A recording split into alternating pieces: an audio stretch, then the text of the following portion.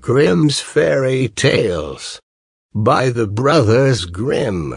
The Queen Bee.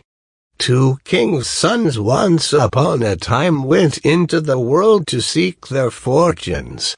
But they soon fell into a wasteful, foolish way of living, so that they could not return home again.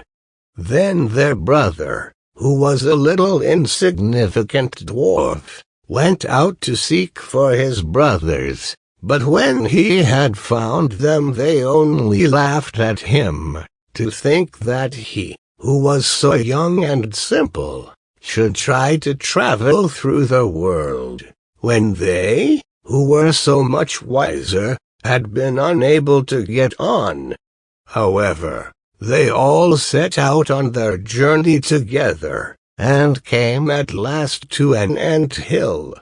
The two elder brothers would have pulled it down, in order to see how the poor ants in their fright would run about and carry off their eggs.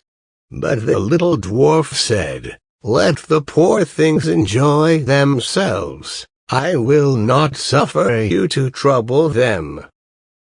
So on they went, and came to a lake where many ducks were swimming about. The two brothers wanted to catch two, and roast them. But the dwarf said, "Let the poor things enjoy themselves. You shall not kill them."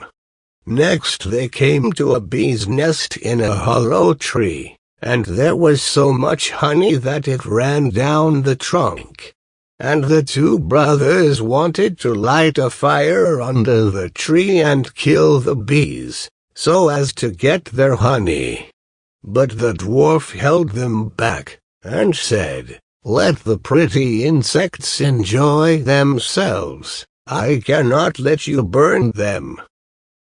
At length the three brothers came to a castle, and as they passed by the stables they saw fine horses standing there, but all were of marble, and no man was to be seen. Then they went through all the rooms, till they came to a door on which were 3 locks, but in the middle of the door was a wicket, so that they could look into the next room. There they saw a little gray old man sitting at a table, and they called to him once or twice, but he did not hear. However, they called a 3rd time, and then he rose and came out to them. He said nothing, but took hold of them and led them to a beautiful table covered with all sorts of good things. And when they had eaten and drunk, he showed each of them to a bedchamber. The next morning he came to the eldest and took him to a marble table, where there were 3 tablets, containing an account of the means by which the castle might be disenchanted. The first tablet said, "In the wood, under the moss, lie the 1,000 pearls belonging to the king's daughter.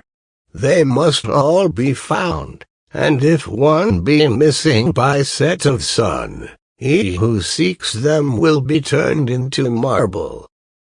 The eldest brother set out, and sought for the pearls the whole day, but the evening came, and he had not found the first 100. So he was turned into stone as the tablet had foretold.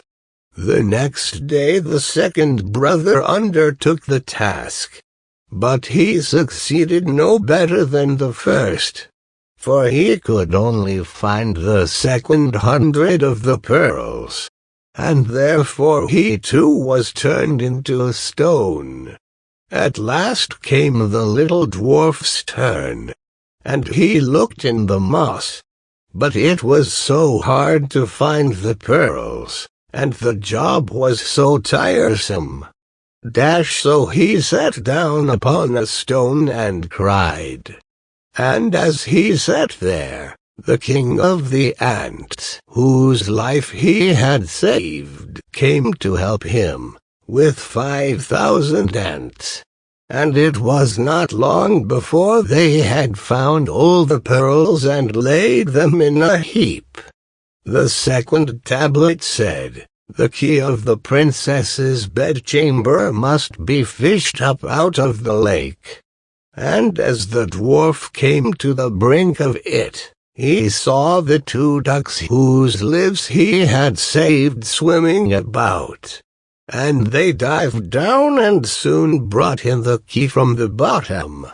The third task was the hardest. It was to choose out the youngest and the best of the king's 3 daughters.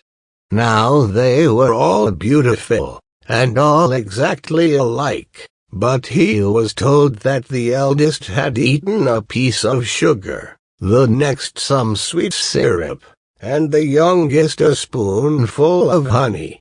So he was to guess which it was that had eaten the honey.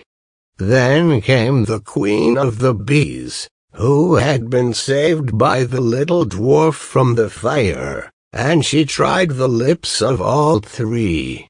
But at last she sat upon the lips of the one that had eaten the honey. And so the dwarf knew which was the youngest.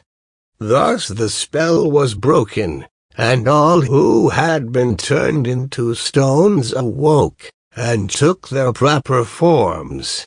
And the dwarf married the youngest, and the best of the princesses, and was king after her father's death.